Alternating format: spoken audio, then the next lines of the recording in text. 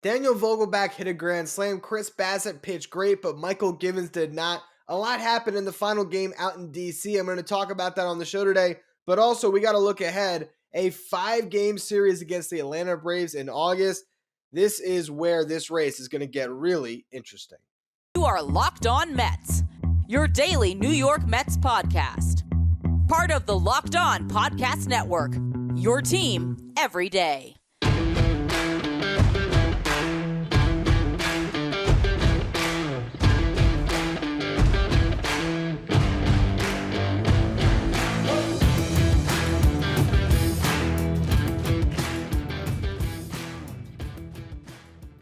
Hello to all you amazing Mets fans. You're watching Locked On Mets, part of the Locked On Podcast Network, your team every day. I'm your host, Ryan Finkelstein. If you want to find any of my work, follow me on Twitter at FinkelsteinRyan. You can also find some of my writing at justbaseball.com, where I work as the managing editor. Now, the Mets had another great game to close out a series against the Nationals.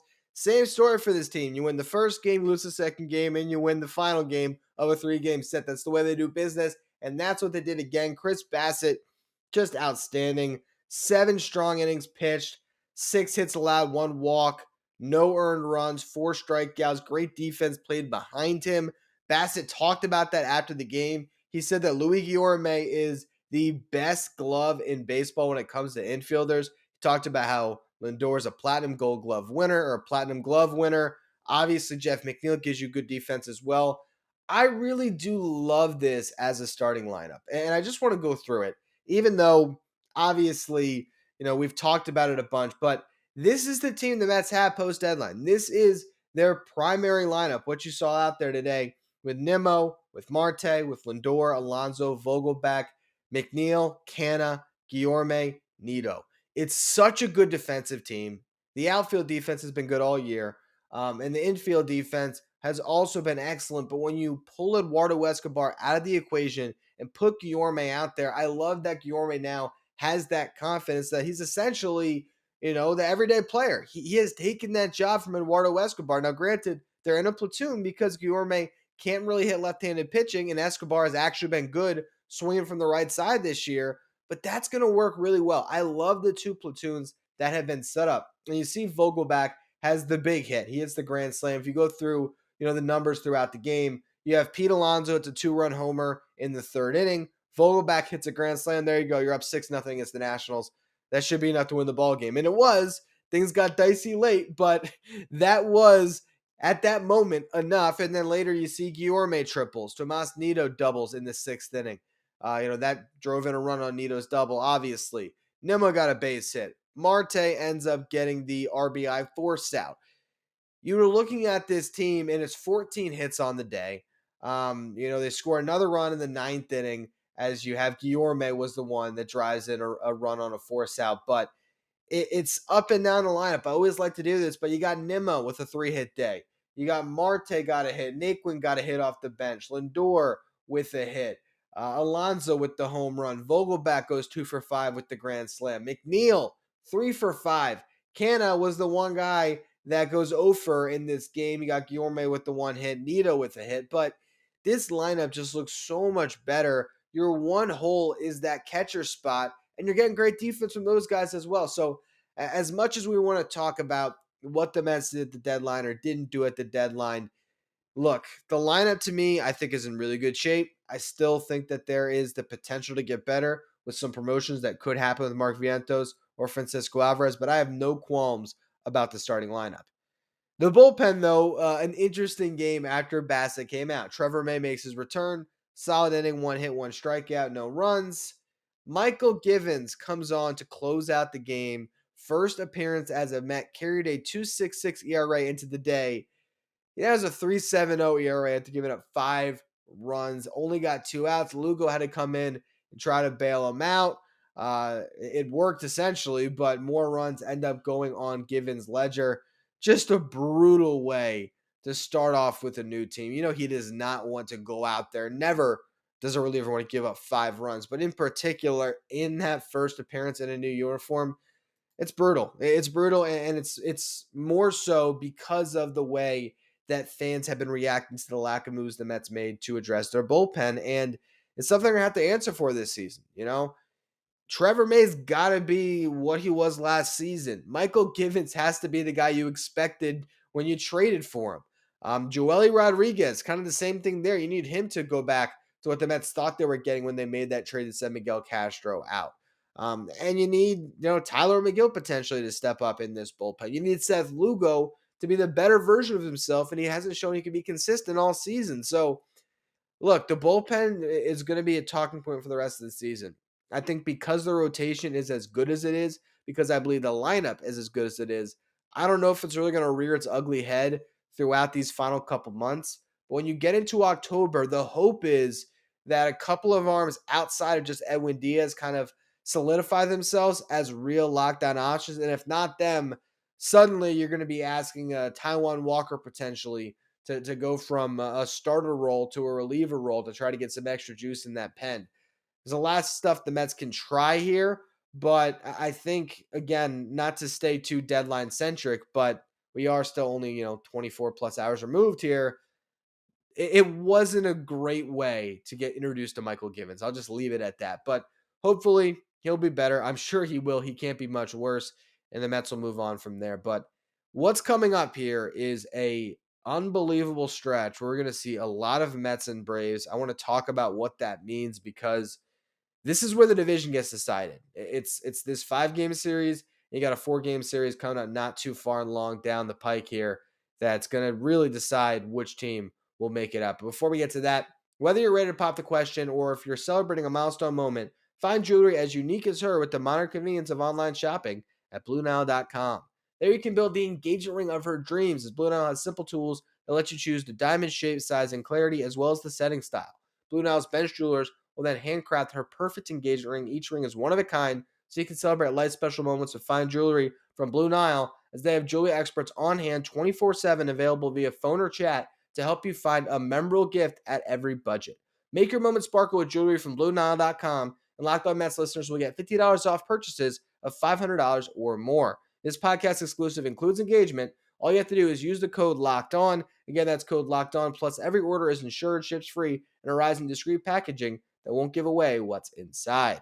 Shop stress-free and find your forever peace by going to BlueNile.com today. Now, I don't want to get too hyperbolic here, but the division is on the line in this series against the Braves, and really over the next couple of weeks, this is where the National League East is going to be decided. The Mets are going to play 5 games at home against the Braves. That's unheard of, to have 5 games in one series. You're going to have a doubleheader on Saturday. The series starts on Thursday. It's a lot of baseball between these two teams that are going to be going at it all season long. And after that, the Mets will have the Reds come in town, and then have the Phillies come in town. 3-game sets for both of those series. So a really long homestand here before they go on the road and face the the Braves first for 4, then the Phillies, then the Yankees. So this is really going to be a tough test here. The Mets have to do what they can to dominate this homestand. It's just that simple. It's that cut and dry. You look at the division right now, the Mets are 66-38. The Braves are 63-42, 3.5 game lead over the Braves. As long as you win one game in this 5-game set, the Mets will escape with the half-game division lead. But obviously, you don't want to think like that. You want them to win this series. And really, the thing that makes me the most excited about what we're about to watch is the fact that you're going to see Max Scherzer start one of those games in the doubleheader on Saturday, and Jacob deGrom has the final game. Even though you want the Mets to win all 4 of the first 4 games, right? Just dominate the Braves, clearly. There is part of me that wouldn't mind it being locked at 2 games apiece in this series and seeing Jacob deGrom get to pitch that rubber match game. Now, deGrom, so far, so good, made his first start. They said he felt fine playing catch today. He's in line to start on Sunday. Only going to have 75 pitches in the chamber, though. He will be allowed to throw a 6th inning, so if he does what he did this last time out, where he's at 59 pitches through 5, they'll throw him back out there and give him another shot to get through one more inning. So that is good news. But to me, I look at these two teams right now. And on yesterday's show, we compared the deadlines. I don't want to do that again. But I think that they're constructed a little bit differently in that the Braves had this monstrous bullpen. Now, they have good starters as well, but their bullpen is the separating factor. The Mets is the starting rotation. I mean, this rotation is going on about a month now where their ERA is sub 2 as a rotation. They are so dynamic right now with Chris Bassett and Carlos Carrasco throwing the ball as well as they have after some midseason struggles. With Taijuan Walker being the most consistent starter in this rotation, start to finish this season, with Scherzer being Scherzer, with DeGrom added back into the mix. That's what makes them so special. And the only thing that concerns me when you look at these two teams is the idea of the bullpen. Can the Mets bullpen that we just talked about in the last segment hold up against a really good team? And I think if we look at each respective lineup, Robbie Grossman now gets thrown into the mix, but the core of this team is the core of this team. It's Austin Riley, it's Matt Olson, it's Dansby Swanson, it's Michael Harris this year, it's Acuna, and then they've gotten incredible production out of their two catchers in Darno and William Contreras. That's their bread and butter. They have other guys that get thrown in. Eddie Rosario is back. He's playing a little bit better over the last couple of weeks after a slow start to his season. You got Ozuna, who has not been good this year. And they add in Grossman as the guy they can mash against left-handed pitching. But I look at their top group and look at the Mets top group, and that's why I love the idea of these two teams matching up, because I really do think that you're splitting hairs trying to decide which team is better. Pete Alonso, Lindor, Marte, McNeil, Nimmo as a 5 has been really great, and now you got Vogelback and Ruff as a platoon. I think that's going to work for the Mets. I mean, Vogelback so far in a Mets uniform, 308 hitter, 471 on base, 500 slugging, 971 OPS. He has 2 doubles, now has the home run, which gave him his first 4 RBIs in one swing. He's scored 3 runs, but he has 7 walks to just 9 strikeouts. I mean, he gives you just great at-bats. I think Ruff's going to give you good at-bats, and I think that's what we're going to see in this series. It's good at-bats up and down each roster. It's just great baseball. And as much as we can forecast ahead and talk about these teams and which one should win the division and what the playoff matchups are going to look like, this is the most exciting division race in baseball right now. I mean, look at the standings around the game. You got the Brewers and the Cardinals. I guess that is another one that is tight, but the teams, in my opinion, the caliber, it's just not on the same level as the Mets and the Braves. You look at the Dodgers and the Padres. As great as the Padres were at this trade deadline, getting Brandon Drury, Juan Soto, Josh Bell, Josh Hader, all that good stuff, they're 11 and a half out. I mean, they're not going to actually seriously contend here. You look at the American League, Yankees running away from their division. The Astros running away with that division. The Twins, the Guardians, and the White Sox, that one's close, but it's a bunch of teams that are just barely over 500 that are solid, but no one's really kind of moved the needle and separated themselves. The Twins did a good job at the deadline trying to, and we'll see how those additions work out. But again, that's not as exciting. You're talking about two teams that have already crossed the 60-win plateau in the Mets and the Braves with really good lineups, with really good starting rotations. This is going to be so much fun over the next 15 days here, 15 games that they're about to play. 9 of them against this Braves team. You make it out of that with the division lead. I think this Mets team will ultimately be able to hang on and win their first division since 2015. But it's going to take a good performance in this series. I want to go through some of the pitching matchups in just a minute as we preview what lies ahead. Before we get to that, though, Built Bar has the brand new flavor you have to try. It is the cookie dough chunk puffs that have a light and chewy texture with real cookie dough chunks. And of course, they're covered in 100% real chocolate. All the joys of eating cookie dough without the hassle of making it. Plus, it's healthier for you. You're only talking about 160 calories with a whopping 15 grams of protein in the cookie dough chunk puff bars. Run to built.com right now, snag a box for you and your family. It will be the perfect treat. You might not even want to share it with your family. That's how good they are. But like all Built Bars, these new cookie dough chunk puffs are covered in that 100% real chocolate, which means they're healthy and tasty, and they have that great texture for you. They're made with a collagen protein, which your body absorbs more efficiently, providing tons of health benefits.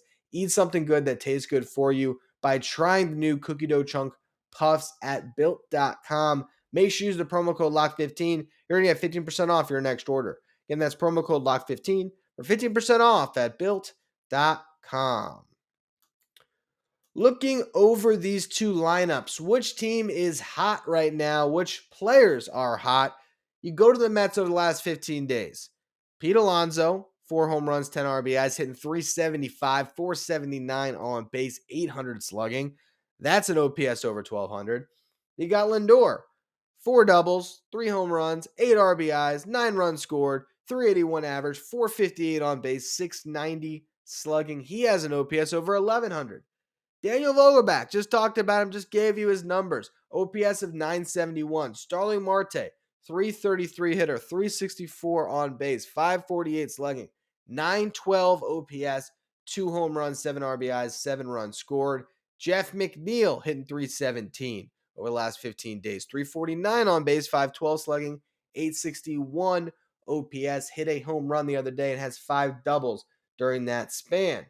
Guillorme has not been great. Nimmo has. He's been solid. 280, 308 on base, 380 slugging, 688 OPS. But he's giving you really good at bats. Actually, his numbers aren't as promising as I think the results based on the eye test. I just think he's doing a really solid job. Mark Canha has the Devils OPS of 666, but he's hitting 273 over his last 33 at bats here. I think he's giving you solid at bats as well. So up and down, I really like what the Mets offense is doing. Darren Ruff will get thrown into the mix here. You look at the Braves, Robbie Grossman, just their new addition. You got Austin Riley, who's just had a remarkable July. I'd be stunned if he wasn't the player of the month. Matt Olson, not doing great, but hitting home runs, 4 home runs over the last 15 days. Orlando Arcia has 3 home runs himself. William Contreras, 786 OPS. Swanson's been good all year, hitting 349 over the last 15 days. As I mentioned before, A. Rosario starting to come out of it. Michael Harris slowing down a bit, but overall, again, 2 really good teams. And you look at the pitching matchups.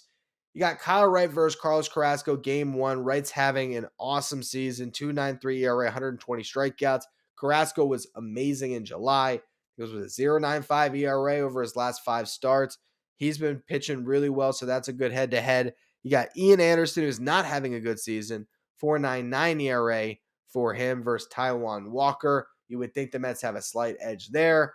Not sure when you're going to see Max Fried. We could talk about that a little more on tomorrow's show. All we know right now are the first 2 pitching matchups. But I'll tell you on the Mets side of it, you can expect Scherzer starting one of those games in the doubleheader and DeGrom starting on Sunday.